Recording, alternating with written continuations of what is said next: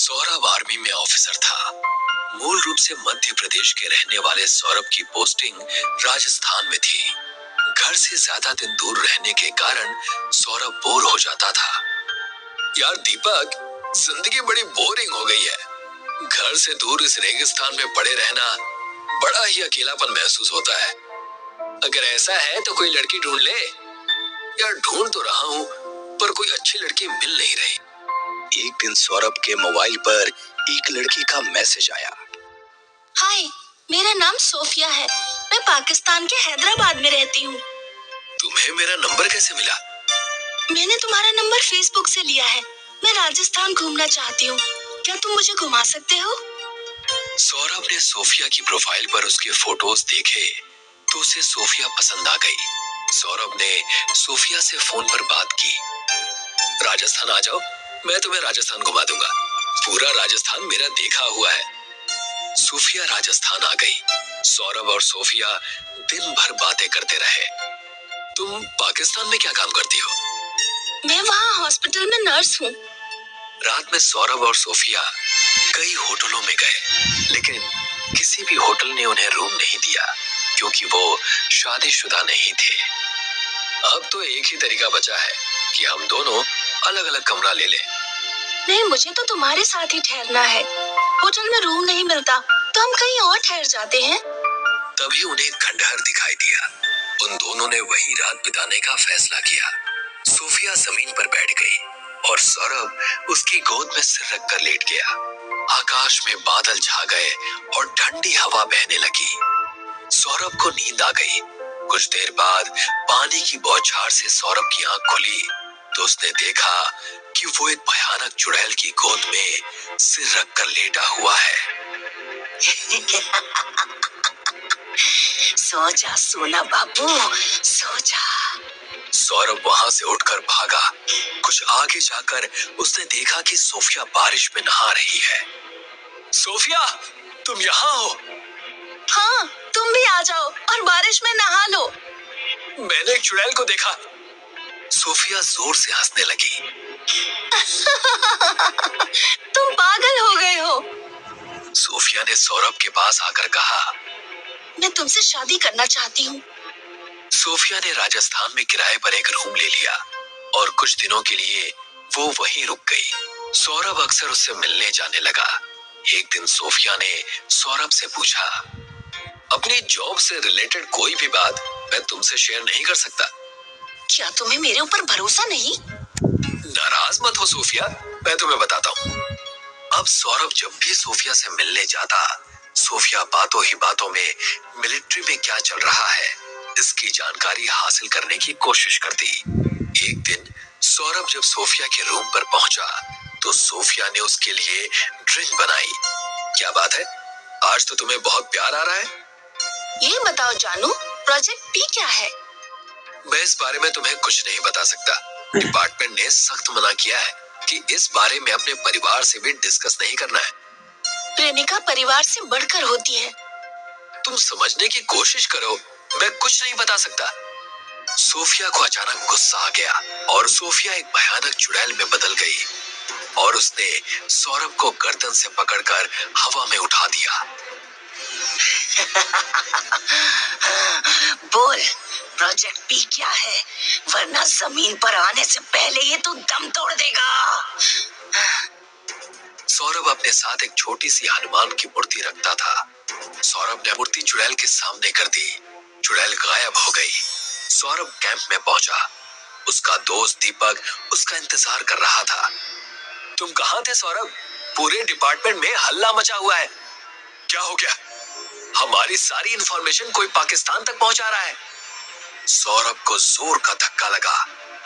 दीपक, मैं तुम्हें कुछ बताना चाहता हूँ। सौरभ ने सोफिया के बारे में दीपक को सब कुछ बताया। यार लड़कियां हनी ट्रैप में फंसाती हैं, ये तो मैंने सुना था, लेकिन चुड़ैलें भी अब हनी ट्रैप में फंसाने लगी, ये मैं पहली बार सुन रहा हूँ। दीपक और सौरभ उस सरकारी डिपार्टमेंट में गए जो वीजा जारी करता है। वहां उन्हें बताया गया कि सरकार के पास सोफिया नाम की किसी लड़की की कोई जानकारी नहीं है। लगता है वो भूतनी ही थी जिसने तुम्हें हनी ट्रैप में फंसाया। आगे से हमें सावधान रहना होगा। दीपक दीपक के चाचा रामानुज प्रसाद एक वैज्ञानिक थे। वो बेंगलुरु में स्पेस सैटेलाइट्स के पार्ट्स बनाने वाली एक फर्म में काम करते थे। एक बार वो श्रीलंका में वैज्ञानिकों की एक प्रेस कॉन्फ्रेंस में हिस्सा लेने गए। 5 दिन की कॉन्फ्रेंस थी। खाली समय में रामानुज नेगोम्बो बीच पर टहलने चले जाते थे। एक दिन बीच पर उनकी मुलाकात एक लड़की से हुई। क्या आप मुझे कुछ कैश दे सकते हैं? मैं अपना एटीएम कार्ड लाना भूल गई हूँ। मैं आपको पैसे मोबाइल से ट्रांसफर कर दूंगी। तुम्हें कितने रुपए चाहिए? मुझे 2000 कैश दे दीजिए। रामानुज ने लड़की को कैश दिया। लड़की ने थैंक यू कहा और चली गई। रात में जब रामानुज सोने जा रहे थे तो फोन पर लड़की का मैसेज आया। अगर आज आपने मेरी हेल्प ना की होती तो मुझे बहुत लंबा पैदल चलना पड़ता। Thank you so much. कोई बात नहीं, एक दूसरे की मदद करना हमारा फर्ज है। रामानुज बातचीत खत्म करना चाह रहे थे, लेकिन लड़की मैसेज करती ही गई। क्या कल आप बीच पर आएंगे? हाँ, मैं कल भी आऊंगा। आपने मेरा नाम तो पूछा ही नहीं। तुम्हारा नाम सोफिया है। उस दिन तुमने पैसे ट्रांसफर किए थे तो मैंने नाम देखा था। आप काफी इंटेलिजेंट हैं। खैर, साइंटिस्ट हैं तो इंटेलिजेंट तो होंगे ही। क्या आप मेरे साथ मेरे होटल चलेंगे? मेरी एज तुमसे काफी ज्यादा है। मुझे नहीं लगता हमारे बीच कुछ भी हो सकता है। प्यार में उम्र बाधा नहीं होती। दुनिया में ऐसे बहुत से लोग हैं जिन्होंने उम्र का फासला बहुत ज्यादा होते हुए भी शादी की और एक साथ जिंदगी बिताने का फैसला किया। सोफिया के मनाने पर रामानुज उसके साथ उसके रूम पर चले गए। बहुत गर्मी हो रही है, चलिए नहा लेते हैं। इस होटल में बाथटब बहुत बड़ा है। सोफिया ने बाथरूम में अंधेरा कर दिया। दोनों लोग बाथटब में आमने सामने बैठ गए। कुछ प्यार मोहब्बत की बातें करने के बाद सोफिया ने कहा, इंडियन गवर्नमेंट ने अपनी परमाणु नीति में बदलाव किया है। इसके पीछे उनका क्या उद्देश्य है? मैं इस बारे में तुम्हें कुछ नहीं बता सकता। वैज्ञानिकों की अक्सर जासूसी कराई जाती है, इसीलिए मुझे काफी सावधान रहना पड़ता है।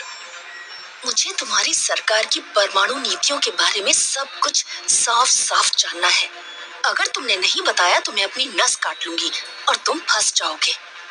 रामानुज घबरा गए। पागलपन मत करो सोफिया। परमाणु नीति के बारे में बताओ। मैंने कहा ना, मैं नहीं बता सकता। सोफिया ने अपनी नस काट ली। रामानुज ने बाथरूम से बाहर निकलना चाहा, लेकिन बाथरूम का दरवाजा लॉक हो गया। देखते ही देखते बाथटब का सारा पानी खून जैसा लाल हो गया। बाथटब के लाल पानी से एक भयानक भूतनी बाहर निकली। तू यहाँ तो आ गया है, लेकिन वापस नहीं जा पाएगा क्योंकि तूने मुझे इंफॉर्मेशन नहीं दी। भूतनी ने रामानुज को झपटा मारकर पकड़ा और खींचकर बाथटब में खूनी पानी में ले गई। पुलिस रामानुज के पास पहुंची। पुलिस को बाथटब में रामानुज के शरीर के टुकड़े मिले। दिल्ली में राकेश प्रजापति नाम का एक युवा सांसद रहता था। उसने भी ये खबर पढ़ी। राकेश थोड़ा घबराया क्योंकि उसे लड़कियां बहुत पसंद थी और वो नई नई लड़कियों से दोस्ती करता रहता था। राकेश को रात में घूमना पसंद था। एक रात 2 बजे के आसपास वो अपनी कार से शिवा रोड से गुजर रहा था कि तभी एक लड़की ने उनसे लिफ्ट मांगी। राकेश का मनचला मन लड़की की खूबसूरती पर फिदा हो गया। आपको कहाँ जाना है? क्या आप मुझे हौस खास तक छोड़ देंगे? हाँ, क्यों नहीं, बैठो। आपका नाम क्या है? मेरा नाम सोफिया है। मैं मैक्स हॉस्पिटल में नर्स हूँ। राकेश को न्यूज़पेपर की खबर याद आई। उसके पसीने छूटने लगे। उसके बराबर में एक सुंदर लड़की बैठी थी, लेकिन फ्रंट मिरर में उसे दिख रहा था कि उसके बगल में चुड़ैल बैठी हुई है। ये मेरा नंबर है। मैं अक्सर कनॉट प्लेस जाती हूँ। अगर आप मुझसे मिलना चाहें तो फोन कीजिएगा। राकेश ने लड़की को हौज खास तक छोड़ा और सीधे पुलिस स्टेशन पहुंचकर इंस्पेक्टर रवि को सारी बात बता दी। लेनी चाहिए। इंस्पेक्टर अपनी जान पहचान के एक तांत्रिक को बुलाकर लाया। उन तीनों ने मिलकर एक योजना बनाई। अगले दिन राकेश सोफिया से मिलने आया। दोनों एक दूसरे से जान पहचान बढ़ाने लगे और दोनों की नजदीकियां बढ़ती गई। एक रात सोफिया ने राकेश से कहा, तुमने यमुना के पास वाला जंगल देखा है? नहीं, मैंने नहीं देखा। चलो आज मैं तुम्हें वहाँ घुमा कर लाती हूँ। सूफिया राकेश को जंगल में ले गई। कुछ प्यार भरी बातें करने के बाद वो बोली, तुम सांसद हो, तुम जानते हो भारत और अमेरिका के बीच पाकिस्तान को लेकर क्या खिचड़ी पक रही है? नहीं, मैं इस बारे में कुछ नहीं जानता। झूठ मत बोलो, तुम्हारी केंद्र के मंत्रियों से जान पहचान है। ऐसा हो ही नहीं सकता कि तुम्हें विदेश नीति की भनक ना हो। मैंने कहा ना, मुझे कुछ नहीं पता। सोफिया की आंखें गुस्से से लाल हो गईं। सोफिया हवा में उड़ी और एक पेड़ की डाली पर जा बैठी। उसने राकेश के मुंह पर एक काला कपड़ा फेंक दिया। राकेश ने जब कपड़ा हटाया तो उसने देखा पेड़ पर एक भूतनी बैठी है जिसके हाथ में फांसी का फंदा है। तूने इन्फॉर्मेशन नहीं दी, अब मैं तुझे फांसी पर लटकाऊंगी। भूतनी ने राकेश के सिर में फांसी का फंदा फेंका और टहनी से कूदकर राकेश को फांसी लगा दी। राकेश छटपटाने लगा। तभी इंस्पेक्टर और तांत्रिक वहां पहुंच गए। तांत्रिक ने चुड़ैल के मुंह पर भस्म मारी। दोनों ने चुड़ैल को जलाकर मार दिया। बाद में रिसर्च करने पर पता चला कि 20 साल पहले एक पाकिस्तानी लड़की जासूसी करने भारत आई थी। उसने कई जवानों और वैज्ञानिकों को अपने जाल में फंसाया। जब सरकार को इस बारे में पता लगा तो सरकार ने उस लड़की को फांसी दे दी। उसी लड़की की आत्मा चुड़ैल बनकर लोगों को हनी ट्रैप में फंसा रही थी। ये बात है 1995 की। गोरखपुर शहर के सिटी हॉस्पिटल में सुनीता नाम की एक नर्स काम करती थी। एक रात वो हॉस्पिटल में होती है और उसकी नाइट ड्यूटी लग जाती है। वे अपने पति हेमंत को फोन करती है। हेमंत, आज मेरी नाइट ड्यूटी लगी है, मैं आज हॉस्पिटल में ही रहूंगी। खाना खा लेना और आराम से सो जाना। ठीक है सुनीता, तुम भी अपना ख्याल रखना। सुनीता फोन रखती है और देखती है कि एक इमरजेंसी केस आया है और मरीज की हालत बहुत ही खराब है। डॉक्टर महेश उस पेशेंट को आईसीयू में ले जाते हैं। सुनीता भी उनके साथ जाती है। पेशेंट की हालत बहुत ही ज्यादा खराब है सुनीता, हम बचा नहीं पाएंगे। महेश कोशिश करते हैं लेकिन उस पेशेंट को बचा नहीं पाते। इनके घर वालों को इन्फॉर्म कर दो सुनीता। जी डॉक्टर। महेश और सुनीता आईसीयू से चले जाते हैं। आत्मा लाश को देखकर हंस रही होती है।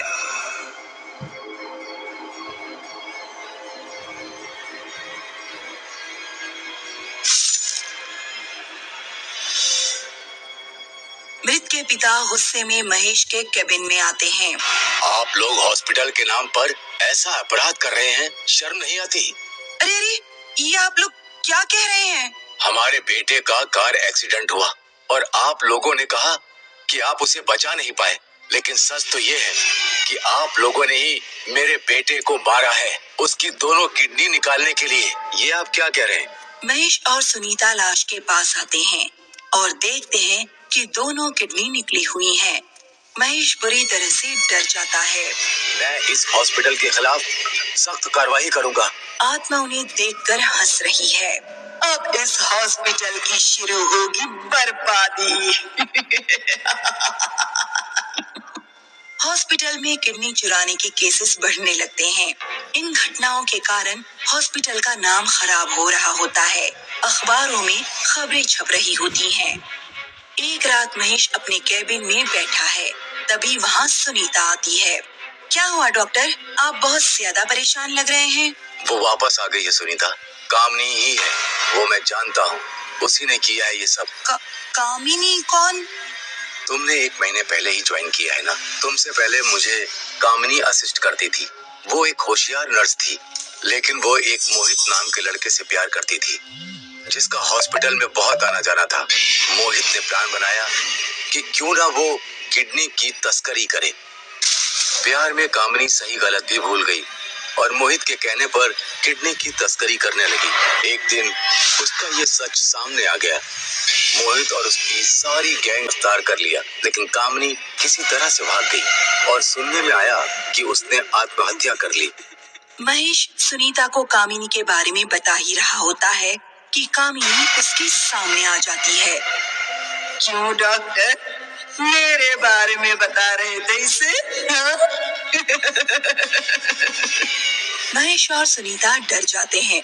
तुम सबकी वजह से मुझसे मेरा प्यार छीन गया। मैं इस हॉस्पिटल को बर्बाद कर दूंगी, तुम सबको बर्बाद कर दूंगी। जो कुछ भी हुआ उसमें तुम्हारी गलती है। तुमने किडनी बेचने का अपराध किया, जिसकी सजा तुम्हें मिली। कामिनी को इस बात पर गुस्सा आ जाता है और वो महेश को जोर से चांटा मारती है और उसके सिर से खून बहने लगता है।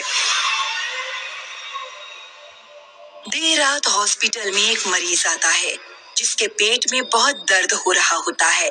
वो मरीज डॉक्टर महेश के कैबिन में आता है। इस हॉस्पिटल का इतना नाम खराब है, लेकिन क्या करूं, पेट दर्द हो रहा है और यही हॉस्पिटल घर के पास है। जल्दी से दवाई लेकर निकल जाता हूं यहाँ से। डॉक्टर, पेट में बहुत दर्द है, ठीक से चला भी नहीं जा रहा है। मरीज देखता है कि सुनीता डॉक्टर के सिर पे दवाई लगा रही है। अरे, ये क्या हो रहा है डॉक्टर साहब को? वो गलती से पैर फिसल गया डॉक्टर का। आइए मैं आपका चेकअप कर देती हूँ। किडनी निकालने का वक्त आ गया है। आज एक जिंदा आदमी की किडनी निकालूंगी तो यह हॉस्पिटल हमेशा हमेशा के लिए बंद हो जाएगा। सुनीता मरीज का चेकअप कर रही होती है। तभी वो आत्मा वहाँ आ जाती है। तुम हट जाओ सुनीता, मैं भी एक नर्स हूँ, इसे मैं देखती हूँ। मरीज बुरी तरह से कांप जाता है। सुनीता मरीज के आगे खड़ी हो जाती है। नहीं, मैं इस हॉस्पिटल की और बदनामी नहीं होने दूंगी। तू रोकेगी मुझे? कामिनी सुनीता को पकड़कर धक्का दे देती है। आत्मा मरीज के पास आती है और अपनी नाखूनों को लंबा करती है। तभी वहाँ डॉक्टर आते हैं और उस आत्मा को त्रिशूल मारते हैं। वो आत्मा गायब हो जाती है। आप ठीक हो ना डॉक्टर?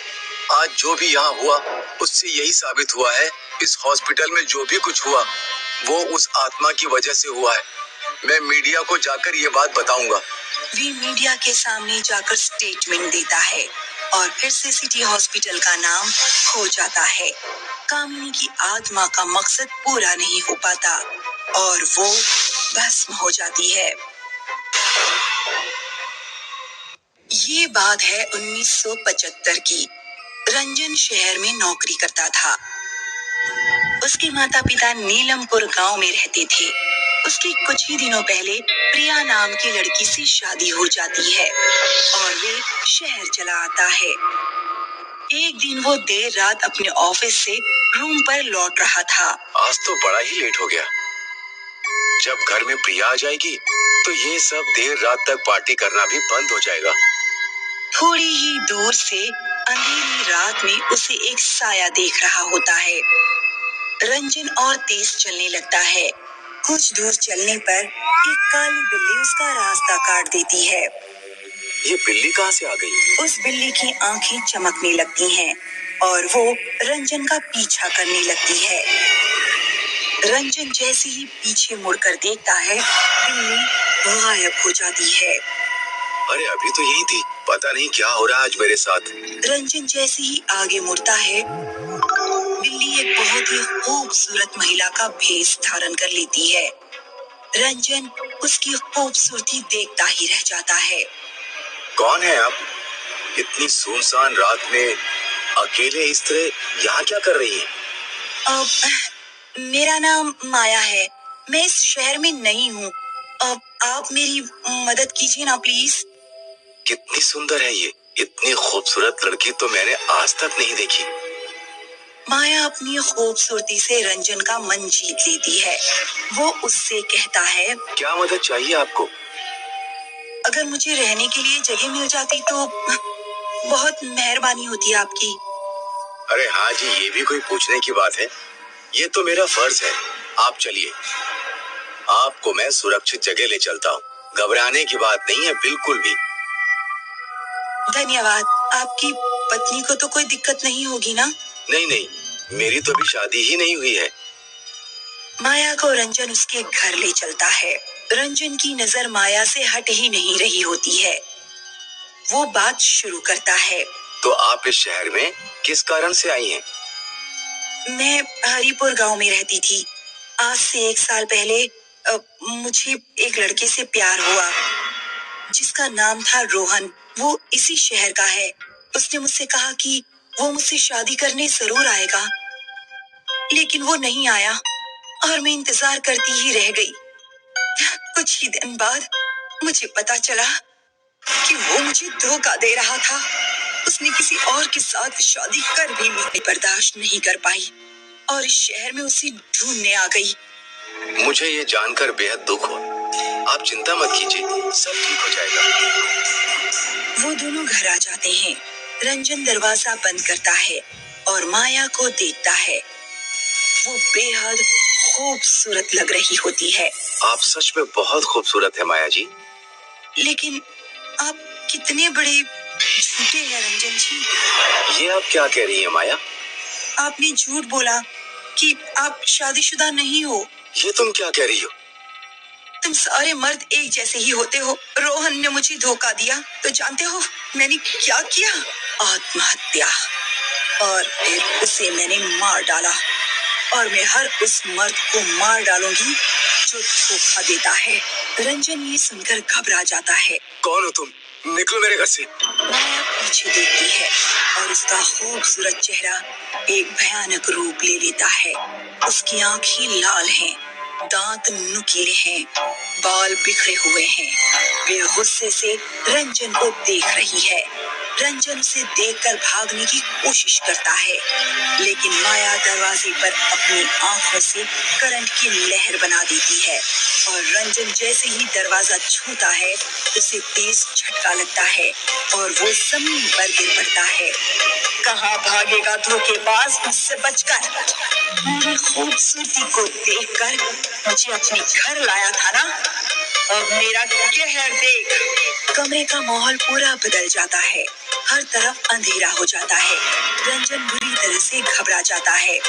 मुझे माफ कर दो, मैं आगे से ऐसा कुछ नहीं करूंगा, मुझे जाने दो। मैं तेरे जैसों पर बिल्कुल भरोसा नहीं करती। तुझे तो मरना ही होगा। माया रंजन की गर्दन पर अपने नुकीले दांत गाड़ देती है और रंजन दर्द से तड़पने लगता है। सौरभ आर्मी में ऑफिसर था। मूल रूप से मध्य प्रदेश के रहने वाले सौरभ की पोस्टिंग राजस्थान में थी। घर से ज्यादा दिन दूर रहने के कारण सौरभ बोर हो जाता था। यार दीपक, जिंदगी बड़ी बोरिंग हो गई है। घर से दूर इस रेगिस्तान में पड़े रहना बड़ा ही अकेलापन महसूस होता है। अगर ऐसा है तो कोई लड़की ढूंढ ले। यार ढूंढ तो रहा हूँ पर कोई अच्छी लड़की मिल नहीं रही। एक दिन सौरभ के मोबाइल पर एक लड़की का मैसेज आया। हाय, मेरा नाम सोफिया है। मैं पाकिस्तान के हैदराबाद में रहती हूँ। तुम्हें मेरा नंबर कैसे मिला? मैंने तुम्हारा नंबर फेसबुक से लिया है। मैं राजस्थान घूमना चाहती हूँ। क्या तुम मुझे घुमा सकते हो? सौरभ ने सोफिया की प्रोफाइल पर उसके फोटोज देखे तो उसे सोफिया पसंद आ गई। सौरभ ने सोफिया से फोन पर बात की। राजस्थान आ जाओ, मैं तुम्हें राजस्थान घुमा दूंगा। पूरा राजस्थान मेरा देखा हुआ है। सोफिया राजस्थान आ गई। सौरभ और सोफिया दिन भर बातें करते रहे। तुम पाकिस्तान में क्या काम करती हो? मैं वहाँ हॉस्पिटल में नर्स हूँ। रात में सौरभ और सोफिया कई होटलों में गए, लेकिन किसी भी होटल ने उन्हें रूम नहीं दिया क्योंकि वो शादीशुदा नहीं थे। अब तो एक ही तरीका बचा है कि हम दोनों अलग अलग कमरा ले लें। नहीं, मुझे तो तुम्हारे साथ ही ठहरना है। होटल में रूम नहीं मिलता तो हम कहीं और ठहर जाते हैं। तभी उन्हें खंडहर दिखाई दिया। उन दोनों ने वही रात बिताने का फैसला किया। सोफिया जमीन पर बैठ गई और सौरभ उसकी गोद में सिर रखकर लेट गया। आकाश में बादल छा गए और ठंडी हवा बहने लगी। सौरभ को नींद आ गई। कुछ देर बाद पानी की बौछार से सौरभ की आंख खुली तो उसने देखा कि वो एक भयानक चुड़ैल की गोद में सिर रखकर लेटा हुआ है। सो जा सोना बाबू, सो जा। सौरभ वहां से उठकर भागा। कुछ आगे जाकर उसने देखा कि सोफिया बारिश में नहा रही है। सोफिया, तुम यहाँ हो? हाँ, तुम भी आ जाओ और बारिश में नहा लो। मैंने एक चुड़ैल को देखा। सोफिया जोर से हंसने लगी। तुम पागल हो गए हो। सोफिया ने सौरभ के पास आकर कहा, मैं तुमसे शादी करना चाहती हूँ। सोफिया ने राजस्थान में किराए पर एक रूम ले लिया और कुछ दिनों के लिए वो वहीं रुक गई। सौरभ अक्सर उससे मिलने जाने लगा। एक दिन सोफिया ने सौरभ से पूछा, अपनी जॉब से रिलेटेड कोई भी बात मैं तुमसे शेयर नहीं कर सकता? क्या तुम्हें मेरे ऊपर भरोसा नहीं? नाराज मत हो सोफिया, मैं तुम्हें बताता हूँ। अब सौरभ जब भी सोफिया से मिलने जाता, सोफिया बातों ही बातों में मिलिट्री में क्या चल रहा है इसकी जानकारी हासिल करने की कोशिश करती। एक दिन सौरभ जब सोफिया के रूम पर पहुंचा तो सोफिया ने उसके लिए ड्रिंक बनाई। क्या बात है, आज तो तुम्हें बहुत प्यार आ रहा है। ये बताओ जानू, प्रोजेक्ट पी क्या है? मैं इस बारे में तुम्हें कुछ नहीं बता सकता। डिपार्टमेंट ने सख्त मना किया है कि इस बारे में अपने परिवार से भी डिस्कस नहीं करना है। प्रेमिका परिवार से बढ़कर होती है। तुम समझने की कोशिश करो, मैं कुछ नहीं बता सकता। सोफिया को अचानक गुस्सा आ गया और सोफिया एक भयानक चुड़ैल में बदल गई और उसने सौरभ को गर्दन से पकड़कर हवा में उठा दिया। बोल, प्रोजेक्ट पी क्या है, वरना जमीन पर आने से पहले ये तो दम तोड़ देगा। सौरभ अपने साथ एक छोटी सी हनुमान की मूर्ति रखता था। सौरभ ने मूर्ति चुड़ैल के सामने कर दी। चुड़ैल गायब हो गई। सौरभ कैंप में पहुंचा। उसका दोस्त दीपक उसका इंतजार कर रहा था। तुम कहाँ थे सौरभ? पूरे डिपार्टमेंट में हल्ला मचा हुआ है। क्या हो गया? हमारी सारी इंफॉर्मेशन कोई पाकिस्तान तक पहुंचा रहा है। सौरभ को जोर का धक्का लगा। दीपक, मैं तुम्हें कुछ बताना चाहता हूँ। सौरभ ने सोफिया के बारे में दीपक को सब कुछ बताया। यार, लड़कियां हनी ट्रैप में फंसाती हैं, ये तो मैंने सुना था, लेकिन चुड़ैलें भी अब हनी ट्रैप में फंसाने लगी, ये मैं पहली बार सुन रहा हूँ। दीपक और सौरभ उस सरकारी डिपार्टमेंट में गए जो वीजा जारी करता है। वहां उन्हें बताया गया कि सरकार के पास सोफिया नाम की किसी लड़की की कोई जानकारी नहीं है। लगता है वो भूतनी ही थी जिसने तुम्हें हनी ट्रैप में फंसाया। आगे से हमें सावधान रहना होगा। दीपक के चाचा रामानुज प्रसाद एक वैज्ञानिक थे। वो बेंगलुरु में स्पेस सैटेलाइट्स के पार्ट्स बनाने वाली एक फर्म में काम करते थे। एक बार वो श्रीलंका में वैज्ञानिकों की एक प्रेस कॉन्फ्रेंस में हिस्सा लेने गए। 5 दिन की कॉन्फ्रेंस थी। खाली समय में रामानुज नेगोम्बो बीच पर टहलने चले जाते थे। एक दिन बीच पर उनकी मुलाकात एक लड़की से हुई। क्या आप मुझे कुछ कैश दे सकते हैं? मैं अपना एटीएम कार्ड लाना भूल गई हूँ। मैं आपको पैसे मोबाइल से ट्रांसफर कर दूंगी। तुम्हें कितने रुपए चाहिए? मुझे 2000 कैश दे दीजिए। रामानुज ने लड़की को कैश दिया। लड़की ने थैंक यू कहा और चली गई। रात में जब रामानुज सोने जा रहे थे तो फोन पर लड़की का मैसेज आया। अगर आज आपने मेरी हेल्प ना की होती तो मुझे बहुत लंबा पैदल चलना पड़ता। Thank you so much. कोई बात नहीं, एक दूसरे की मदद करना हमारा फर्ज है। रामानुज बातचीत खत्म करना चाह रहे थे, लेकिन लड़की मैसेज करती ही गई। क्या कल आप बीच पर आएंगे? हाँ, मैं कल भी आऊंगा। आपने मेरा नाम तो पूछा ही नहीं। तुम्हारा नाम सोफिया है। उस दिन तुमने पैसे ट्रांसफर किए थे तो मैंने नाम देखा था। आप काफी इंटेलिजेंट हैं। खैर, साइंटिस्ट हैं तो इंटेलिजेंट तो होंगे ही। क्या आप मेरे साथ मेरे होटल चलेंगे? मेरी एज तुमसे काफी ज्यादा है। मुझे नहीं लगता हमारे बीच कुछ भी हो सकता है। प्यार में उम्र बाधा नहीं होती। दुनिया में ऐसे बहुत से लोग हैं जिन्होंने उम्र का फासला बहुत ज्यादा होते हुए भी शादी की और एक साथ जिंदगी बिताने का फैसला किया। सोफिया के मनाने पर रामानुज उसके साथ उसके रूम पर चले गए। बहुत गर्मी हो रही है, चलिए नहा लेते हैं। इस होटल में बाथटब बहुत बड़ा है। सोफिया ने बाथरूम में अंधेरा कर दिया। दोनों लोग बाथटब में आमने सामने बैठ गए। कुछ प्यार मोहब्बत की बातें करने के बाद सोफिया ने कहा, इंडियन गवर्नमेंट ने अपनी परमाणु नीति में बदलाव किया है। इसके पीछे उनका क्या उद्देश्य है? मैं इस बारे में तुम्हें कुछ नहीं बता सकता। वैज्ञानिकों की अक्सर जासूसी कराई जाती है, इसीलिए मुझे काफी सावधान रहना पड़ता है। मुझे तुम्हारी सरकार की परमाणु नीतियों के बारे में सब कुछ साफ साफ जानना है। अगर तुमने नहीं बताया तो मैं अपनी नस काट लूंगी और तुम फंस जाओगे। रामानुज घबरा गए। पागलपन मत करो सोफिया। परमाणु नीति के बारे में बताओ। मैंने कहा ना, मैं नहीं बता सकता। सोफिया ने अपनी नस काट ली। रामानुज ने बाथरूम से बाहर निकलना चाहा, लेकिन बाथरूम का दरवाजा लॉक हो गया। देखते ही देखते बाथ टब का सारा पानी खून जैसा लाल हो गया। बाथ टब के लाल पानी से एक भयानक भूतनी बाहर निकली। तू यहाँ तो आ गया है, लेकिन वापस नहीं जा पाएगा, क्योंकि तूने मुझे इन्फॉर्मेशन नहीं दी। भूतनी ने रामानुज को झपटा मारकर पकड़ा और खींचकर बाथ टब में खूनी पानी में ले गई। पुलिस रामानुज के पास पहुंची। पुलिस को बाथ टब में रामानुज के शरीर के टुकड़े मिले। दिल्ली में राकेश प्रजापति नाम का एक युवा सांसद रहता था। उसने भी ये खबर पढ़ी।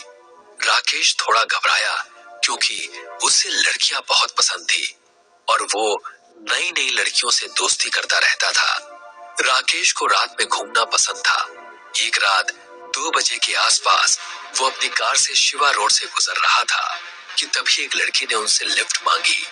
राकेश का मनचला मन लड़की की खूबसूरती पर फिदा हो गया। आपको कहाँ जाना है? क्या आप मुझे हौस खास तक छोड़ देंगे? हाँ, क्यों नहीं, बैठो। आपका नाम क्या है? मेरा नाम सोफिया है। मैं मैक्स हॉस्पिटल में नर्स हूँ। राकेश को न्यूज़पेपर की खबर याद आई। उसके पसीने छूटने लगे। उसके बराबर में एक सुंदर लड़की बैठी थी, लेकिन फ्रंट मिरर में उसे दिख रहा था कि उसके बगल में चुड़ैल बैठी हुई है। ये मेरा नंबर है। मैं अक्सर कनॉट प्लेस जाती हूँ। अगर आप मुझसे मिलना चाहें तो फोन कीजिएगा।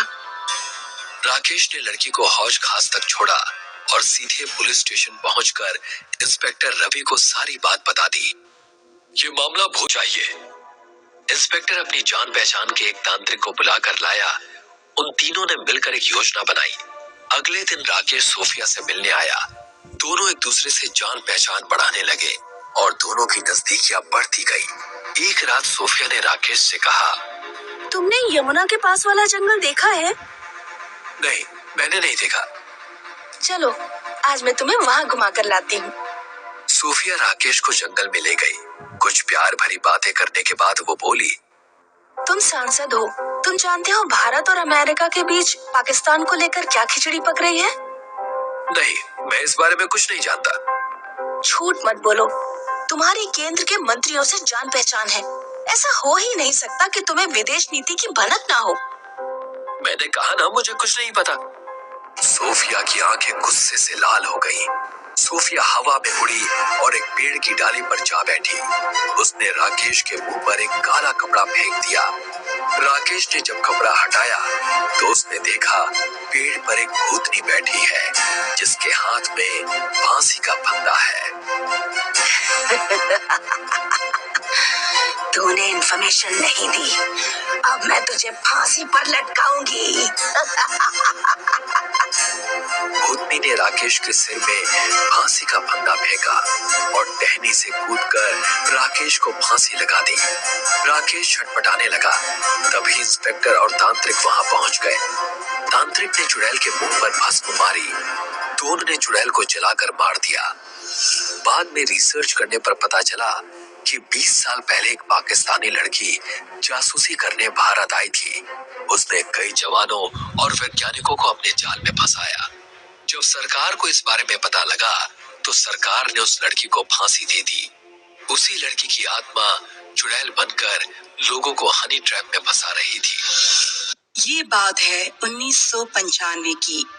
गोरखपुर शहर के सिटी हॉस्पिटल में सुनीता नाम की एक नर्स काम करती थी। एक रात वो हॉस्पिटल में होती है और उसकी नाइट ड्यूटी लग जाती है।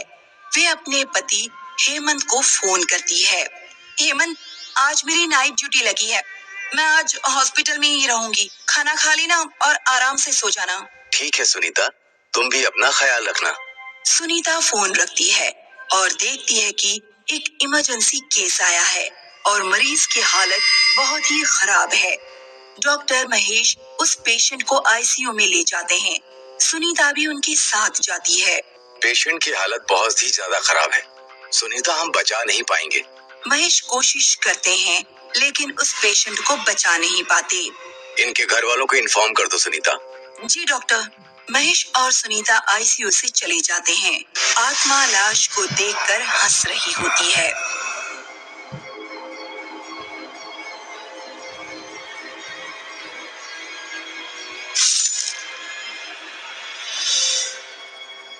मृत के पिता गुस्से में महेश के केबिन में आते हैं।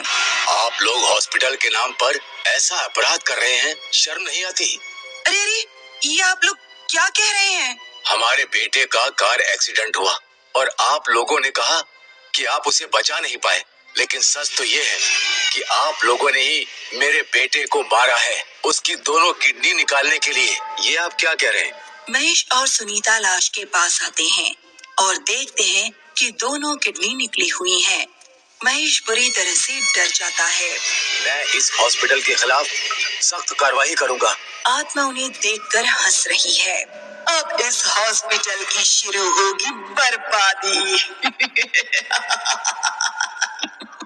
हॉस्पिटल में किडनी चुराने के केसेस बढ़ने लगते हैं। इन घटनाओं के कारण हॉस्पिटल का नाम खराब हो रहा होता है। अखबारों में खबरें छप रही होती हैं। एक रात महेश अपने केबिन में बैठा है, तभी वहाँ सुनीता आती है। क्या हुआ डॉक्टर, आप बहुत ज्यादा परेशान लग रहे हैं। वो वापस आ गई है सुनीता, कामनी ही है, वो मैं जानता हूँ, उसी ने किया है ये सब। कामिनी कौन? तुमने 1 महीने पहले ही ज्वाइन किया है ना? तुमसे पहले मुझे कामनी असिस्ट करती थी। वो एक होशियार नर्स थी, लेकिन वो एक मोहित नाम के लड़के से प्यार करती थी, जिसका हॉस्पिटल में बहुत आना जाना था। मोहित ने प्लान बनाया कि क्यों ना वो किडनी की तस्करी करे। प्यार में कामनी सही गलत भी भूल गई और मोहित के कहने पर किडनी की तस्करी करने लगी। एक दिन उसका ये सच सामने आ गया। मोहित और उसकी सारी गैंग को गिरफ्तार कर लिया, लेकिन कामनी किसी तरह से भाग गई और सुनने में आया कि उसने आत्महत्या कर ली। महेश सुनीता को कामिनी के बारे में बता ही रहा होता है कि कामिनी उसके सामने आ जाती है। क्यों डॉक्टर, मेरे बारे में बता रहे थे इसे?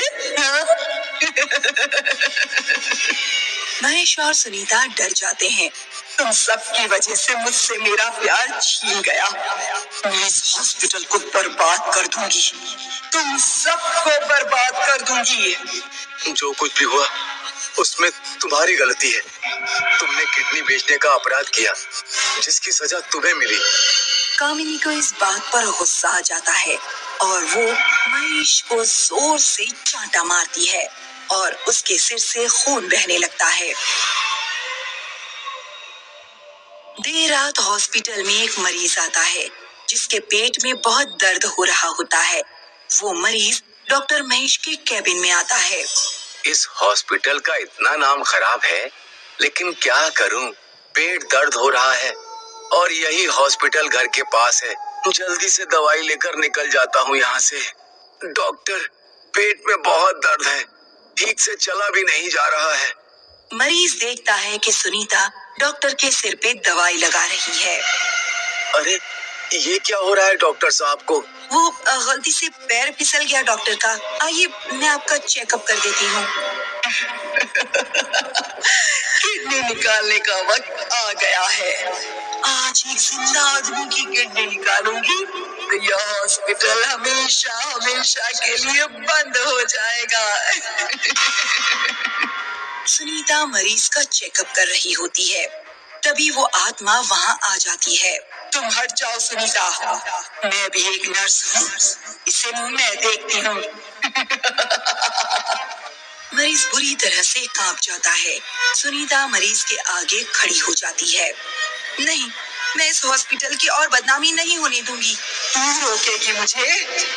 कामिनी सुनीता को पकड़कर धक्का दे देती है। आत्मा मरीज के पास आती है और अपनी नाखूनों को लंबा करती है। तभी वहाँ डॉक्टर आते हैं और उस आत्मा को त्रिशूल मारते हैं। वो आत्मा गायब हो जाती है। आप ठीक हो ना डॉक्टर? आज जो भी यहाँ हुआ उससे यही साबित हुआ है, इस हॉस्पिटल में जो भी कुछ हुआ वो उस आत्मा की वजह से हुआ है। मैं मीडिया को जाकर ये बात बताऊंगा। वे मीडिया के सामने जाकर स्टेटमेंट देता है और फिर से सिटी हॉस्पिटल का नाम खो जाता है। कामिनी की आत्मा का मकसद पूरा नहीं हो पाता और वो भस्म हो जाती है। ये बात है 1975 की। रंजन शहर में नौकरी करता था। उसके माता पिता नीलमपुर गांव में रहते थे। उसकी कुछ ही दिनों पहले प्रिया नाम की लड़की से शादी हो जाती है और वे शहर चला आता है। एक दिन वो देर रात अपने ऑफिस से रूम पर लौट रहा था। आज तो बड़ा ही लेट हो गया। जब घर में प्रिया आ जाएगी तो ये सब देर रात तक पार्टी करना भी बंद हो जाएगा। थोड़ी ही दूर से अंधेरी रात में उसे एक साया देख रहा होता है। रंजन और तेज चलने लगता है। कुछ दूर चलने पर एक काली बिल्ली उसका रास्ता काट देती है। ये बिल्ली कहाँ से आ गई? उस बिल्ली की आंखें चमकने लगती हैं और वो रंजन का पीछा करने लगती है। रंजन जैसे ही पीछे मुड़कर देखता है, बिल्ली गायब हो जाती है। अरे अभी तो यही थी। पता नहीं क्या हो रहा है आज मेरे साथ। रंजन जैसे ही आगे मुड़ता है, बिल्ली एक बहुत ही खूबसूरत महिला का भेष धारण कर लेती है। रंजन उसकी खूबसूरती देखता ही रह जाता है। कौन है आप? इतनी सुनसान रात में अकेले इस तरह यहाँ क्या कर रही हैं? मेरा नाम माया है। मैं इस शहर में नई हूँ। आप मेरी मदद कीजिए ना प्लीज। कितनी सुंदर है ये। इतनी खूबसूरत लड़की तो मैंने आज तक नहीं देखी। माया अपनी खूबसूरती से रंजन का मन जीत लेती है। वो उससे कहता है, क्या मदद चाहिए आपको? अगर मुझे रहने के लिए जगह मिल जाती तो बहुत मेहरबानी होती आपकी। अरे हाँ जी, ये भी कोई पूछने की बात है। ये तो मेरा फर्ज है। आप चलिए, आपको मैं सुरक्षित जगह ले चलता हूँ। घबराने की बात नहीं है बिल्कुल भी। धन्यवाद। आपकी पत्नी को तो कोई दिक्कत नहीं होगी ना? नहीं नहीं, मेरी तो अभी शादी ही नहीं हुई है। माया को रंजन उसके घर ले चलता है। रंजन की नजर माया से हट ही नहीं रही होती है। वो बात शुरू करता है, तो आप इस शहर में किस कारण से आई हैं? मैं हरिपुर गांव में रहती थी। आज से 1 साल पहले मुझे एक लड़के से प्यार हुआ जिसका नाम था रोहन। वो इसी शहर का है। उसने मुझसे कहा कि वो मुझसे शादी करने जरूर आएगा, लेकिन वो नहीं आया और मैं इंतजार करती ही रह गई। कुछ ही दिन बाद मुझे पता चला कि वो मुझे धोखा दे रहा था। उसने किसी और के साथ शादी कर भी ली। बर्दाश्त नहीं कर पाई और इस शहर में उसे ढूंढने आ गई। मुझे ये जानकर बेहद दुख हुआ। आप चिंता मत कीजिए, सब ठीक हो जाएगा। वो दोनों घर आ जाते हैं। रंजन दरवाजा बंद करता है और माया को देखता है। वो बेहद खूबसूरत लग रही होती है। आप सच में बहुत खूबसूरत है माया जी। लेकिन आप कितने बड़े झूठे हैं रंजन जी। ये आप क्या कह रही हैं माया? आपने झूठ बोला कि आप शादीशुदा नहीं हो। ये तुम क्या कह रही हो?